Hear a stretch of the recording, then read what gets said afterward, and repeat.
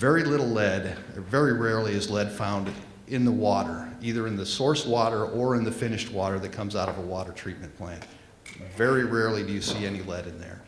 Also, very rarely do you ever see lead in the water mains that are running outside your homes. I'm not going to say you'll never see it because somebody will go out there and find something, but very rarely do you see it. When we start seeing lead is the connection from the water main to the house or to the apartment complex. And it usually starts with a gooseneck or a pigtail that's coming out of that service connection. They used lead back in the 20s and 30s and 40s because it's a good material. It's good to work with. It's easy to bend. You got a tree root or something to get around with. You can bend it very easily in the field. It doesn't crimp. There's a lot of reasons that they used lead. Obviously, one of them wasn't to protect public health. So you start seeing lead in that service line. You also can see lead in galvanized pipes that have pitted over time. When they're downstream from a lead service line, the lead particulate matter breaks away. It sticks in these pits and crevices in the galvanized service line, and that can be exposed over time, and you can get lead exposure through that. If you have copper plumbing in your house that was installed in the early 80s, the solder that was used can have high lead content. So just because you have copper lines in your house doesn't mean you're clear of lead. So you need to look at that as well. And we're finding a lot of fixtures. A lot of these nice fixtures with bends on them, some of those can have a high amount of lead in them. So as you can see from the diagram, a lot of this lead exposure is not controlled by the water system. A lot of it's privately owned, and that creates issues. So since we've got all this lead in our distribution system, the EPA came out with a lead and copper rule, and the purpose of the lead and copper rule is obviously to protect public health by minimizing lead and copper levels in drinking water.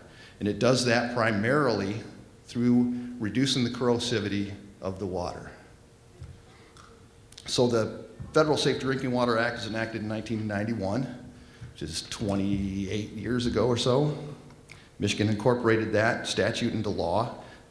I want to make it clear that the lead and copper rule is a treatment technique. This is not a health level. This 15 parts per billion that we're going to talk about is not a health level. The health level for lead, the maximum contaminant level goal for lead is 0, because there is no safe level of lead.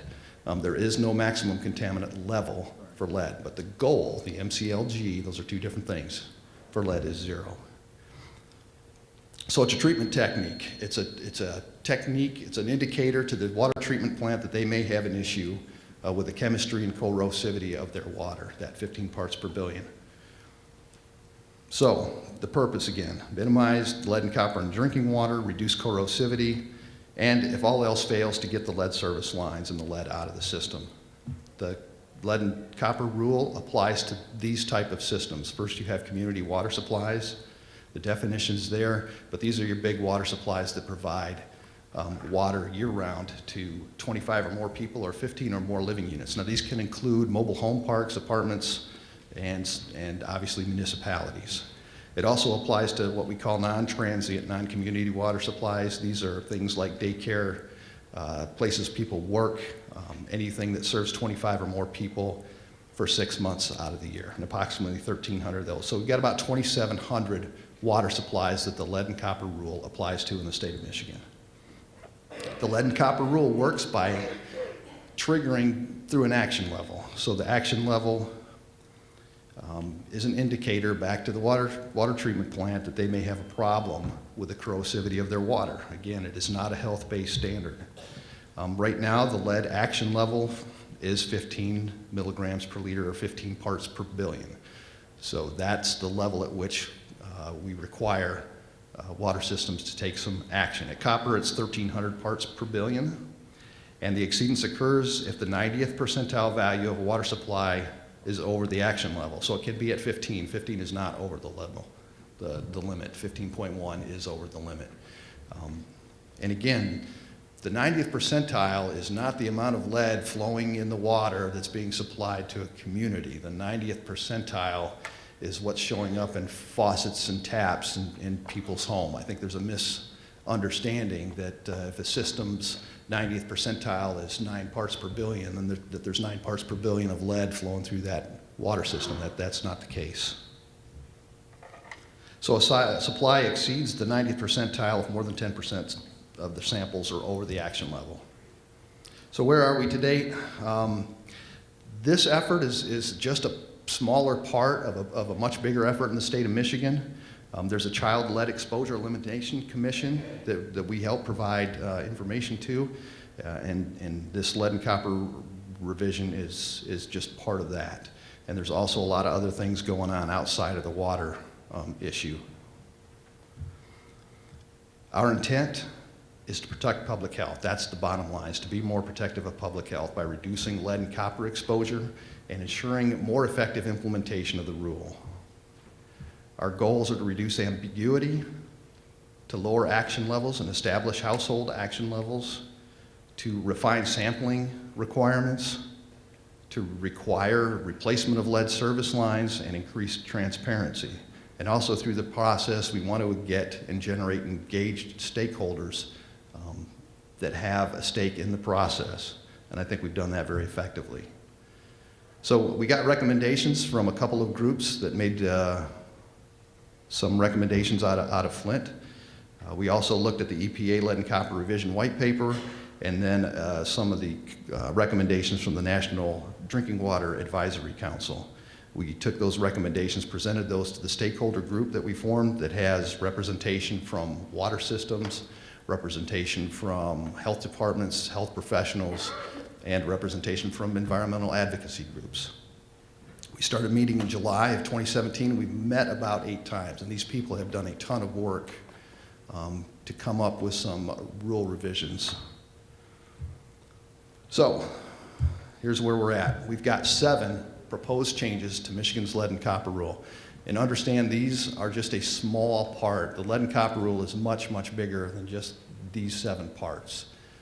These are the 7 parts we thought would make the most impact to protect public health and kind of implement some of the lessons learned from Flint and other things. So we want to update distribution system inventories. We want to remove lead service lines from the system. We want to update sampling procedures. We want to lower action levels and establish a household action level. We want to promote transparency and strengthen public education. And then we want to strengthen corrosion control treatment requirements. So on to the first one, distribution materials inventories. Again, it's an inventory of all the distribution materials that leave the water treatment plant until it gets to a home or residence or apartment. These distribution materials may be decades old. They may contain lead. Some systems have a great inventory. Some systems you can ask them where a certain piece is and they can get a GIS map out and tell you exactly where that piece is. Some systems have some 3x5 cards in a container and a shelf somewhere, and maybe they can tell you where something is.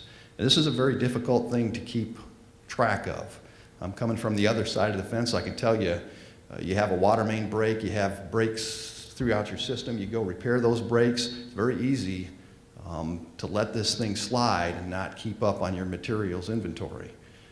So we want to enforce that. We want to create a better environment where we have a better idea of what's out there, because this is the foundation of everything that comes. If you don't know what your system's made out of, you don't know where the lead is in the system, there's no way any of this other stuff works. So the new rule, the current rule, systems had to evaluate their distribution materials inventory back when the rule came in the early 90s, and that inventory stayed with the system. There's no requirement to submit that to the state. The proposed change is that by January 1 of 2020, we want a preliminary inventory, and we want an idea of how good the systems think that inventory is. And in some cases, this inventory may be the final validated inventory for systems that really have a good handle on what they've got out there. For other systems, we think we're going to get an inventory that they don't have a whole lot of confidence in. So the next step will be by 2024 that we get a verified inventory that's submitted to the state for our review. And that materials inventory, we call it verified. We're really relying on the public water system to verify that. There's no way a public water system can go out there and excavate every single service line in their system. So we're asking them to do smart things like hydrovacking, like hydrovacing certain spots in a neighborhood that were all built at the same time. So we're pretty sure that all the service lines are made out of the same material. So we don't want to bankrupt water supplies by making them dig up every single service line. But we do want a verified inventory, and we want to know how they verified that inventory. We also are going to require them to update the state on lead service line replacements on an annual basis. Their inventory is going to have to be updated every 5 years. And if they find a lead service line, they need to notify the occupant that they have a lead service line. So we've got lead service lines out there. One of the major components of the rule revision is to require lead service line replacement. So this is just a diagram, kind of shows you where the lead service line is. And it also serves to show how difficult some of these can be, because every community is different. Some communities own the entire service line. Some communities only own the service line up until the curb stop. Some communities only own the water main, and they make the homeowner take responsibility for the rest of the entire service line, even that service line that runs under a street. So if you have a leak in your service line in that situation and you're the homeowner and they have to dig up the street, technically you could be responsible for that. So it can be a very complex situation depending on how the communities are arranged. A lot of these service lines were installed prior to the 1950s, so they're getting old. So the current rule only requires lead service line replacement as a last resort. Lead service line replacement is expensive. We estimate about $5,000 per lead service line to get those replaced.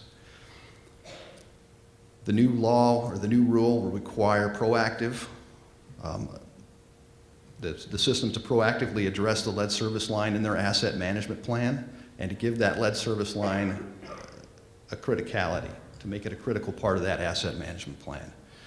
The new rule will require any system with a lead action level percentile over 5 parts per billion to start replacing lead service lines at 5% per year. For every year they're over 5 parts per billion as their action level. It'll also require them to replace any galvanized pipe that's downstream of a lead service line because of that issue with lead particulate matter getting into that galvanized pipe.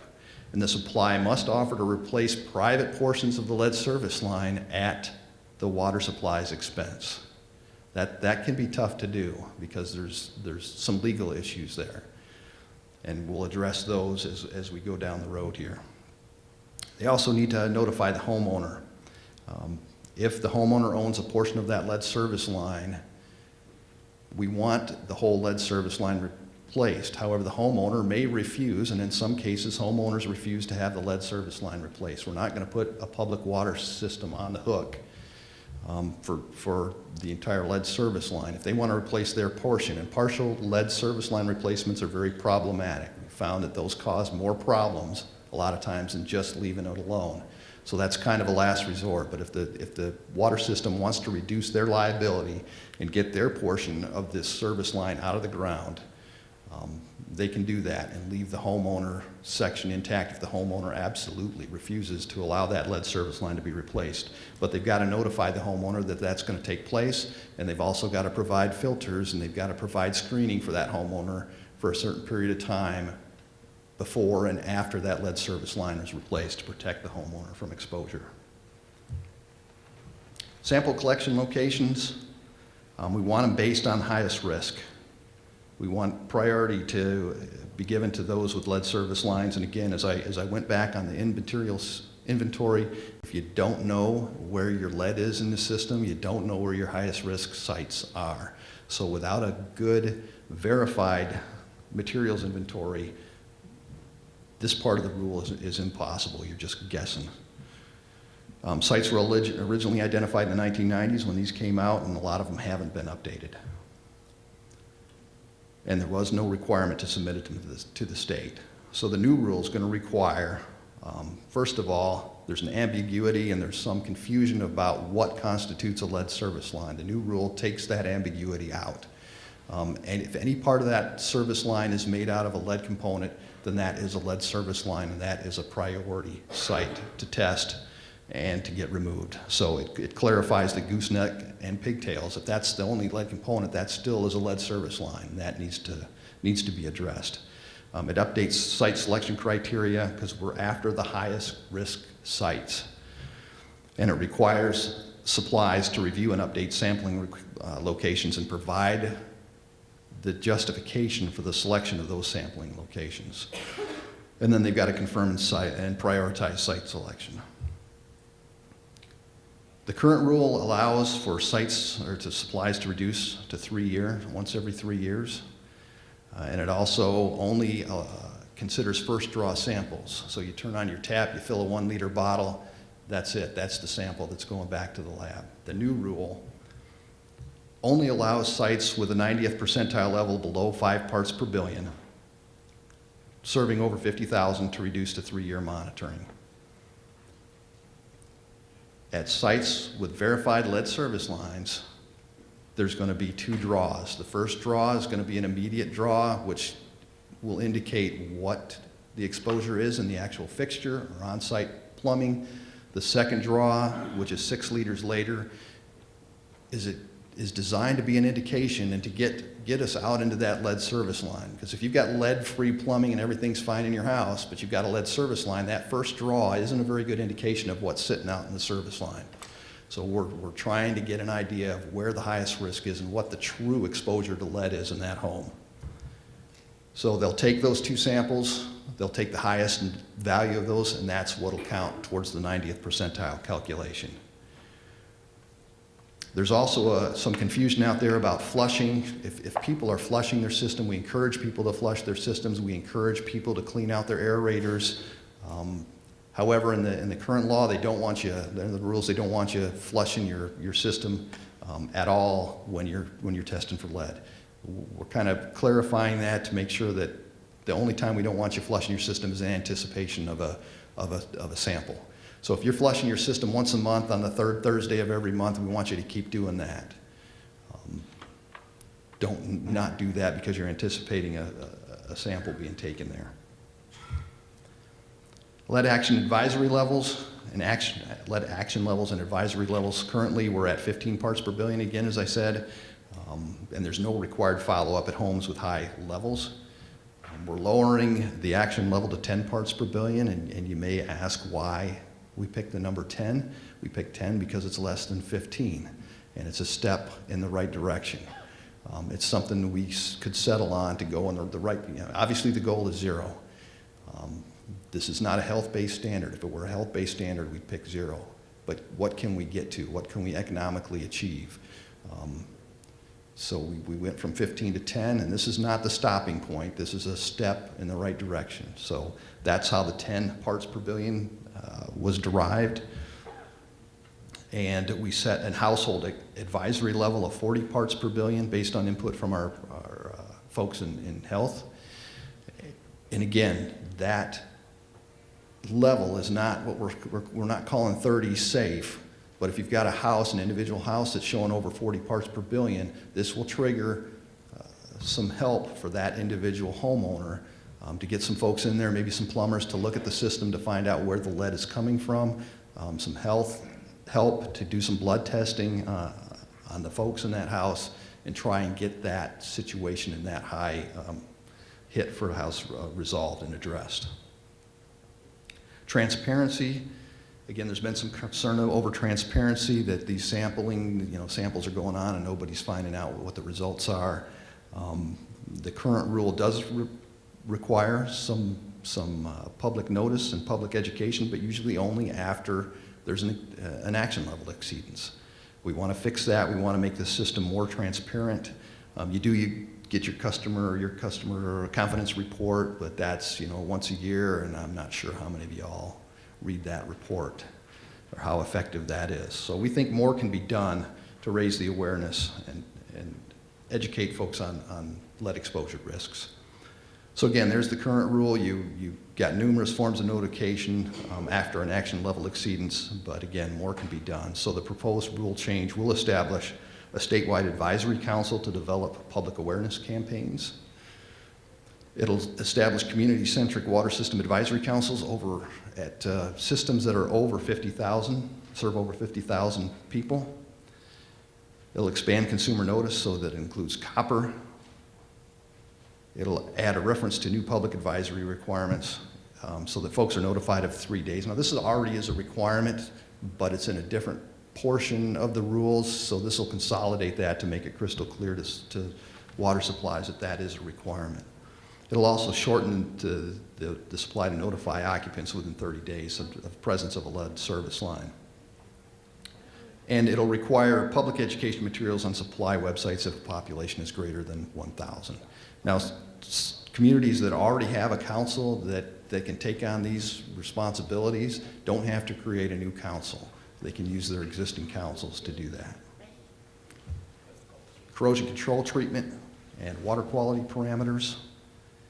Again, corrosion control treatment, it's designed to minimize exposure by reducing the corrosivity of the water. How do you tell whether your water is corrosive or not? Well, you've got water quality parameters that you're looking at, and they currently include things like pH, alkalinity, inhibitor dosage, how much orthophosphate or other silicates you may be putting in that, and then the residuals of those. The current rule requires monitoring at small and medium supplies that have optimal corrosion control treatment in place only when there's an action level exceedance. And it also allows distribution water quality parameter monitoring to be reduced to every 3 years. The improvement here is to expand the water quality parameter monitoring to include chloride and sulfate, because those two parameters can give you a better indication of the corrosivity of the water and the potential of that water to leach lead and copper. It also requires water quality parameter monitoring for all water supplies that have optimal corrosion control treatment in place, and there's with no exception to small supplies. Requires all supplies with optimal corrosion control treatment to monitor annually for these water quality parameters. And then it clarifies the requirements to keep optimal corrosion control in place when a supply makes a source water or treatment change. So those are the 7 major categories where we're making changes.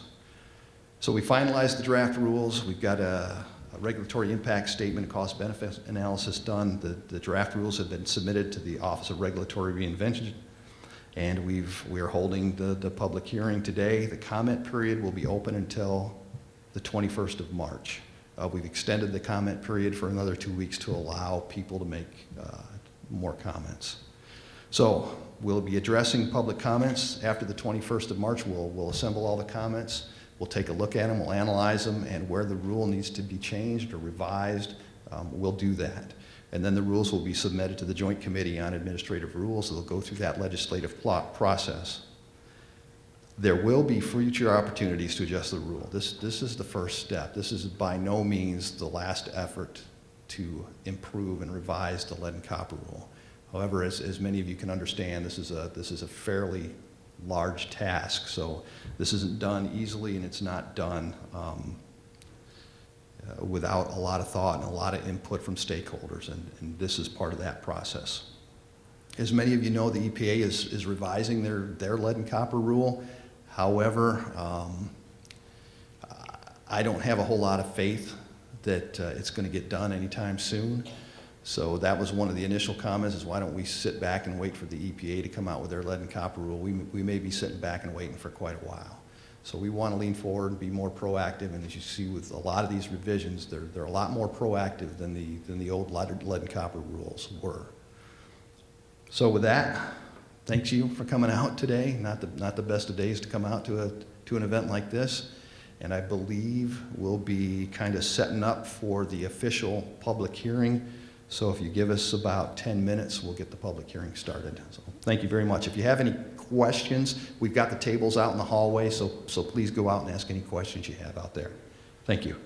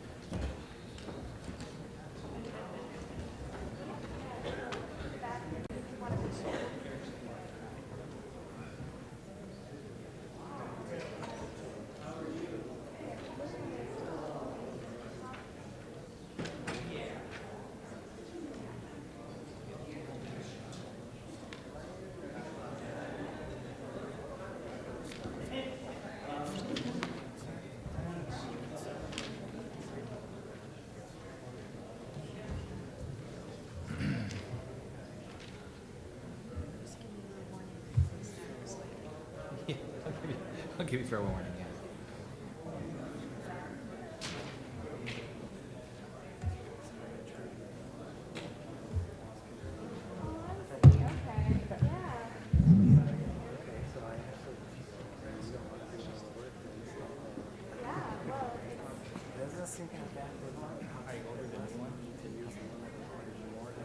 They have to make more money back for their investment.